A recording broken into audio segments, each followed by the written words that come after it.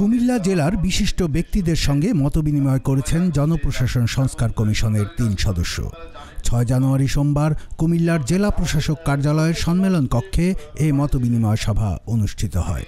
কুমিল্লার জেলা প্রশাসক মোহাম্মদ আমিরুল কায়সার এতে সভাপতিত্ব করেন। জনপ্রশাসন সংস্কার কমিশনের সদস্য ডক্টর মোহাম্মদ আইয়ুব মিয়া, ডক্টর মোহাম্মদ হাফিজুর রহমান ও মেহেদি হাসান সভায় সংস্কারের রূপরেখা উপস্থাপন করেন।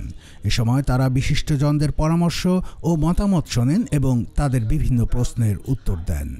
মতবিনিময় সভায় বীর মুক্তিযোদ্ধা, রাজনৈতিক দলের নেতা, ছাত্র সমন্বয়ক, আইনবিদ, সাংবাদিক, ব্যবসায়ী, সুশীল সমাজের প্রতিনিধি ও সাংস্কৃতিক ব্যক্তিত্ব এবং সরকারি কর্মকর্তা কর্মচারী প্রতিনিধিরা বক্তব্য রাখেন। সভায় বক্তারা জনপ্রশাসনকে স্বচ্ছ ও জনবান্ধব করতে রাজনৈতিক প্রভাবমুক্ত রাখার বিষয়ে মত দেন। এছাড়াও অভিজ্ঞতার ভিত্তিতে পদায়ন, জনবান্ধব ওয়ান স্টপ সার্ভিস এবং জনপ্রশাসন মনিটরিং সেল গঠন করার মতো পরামর্শ দেন তারা।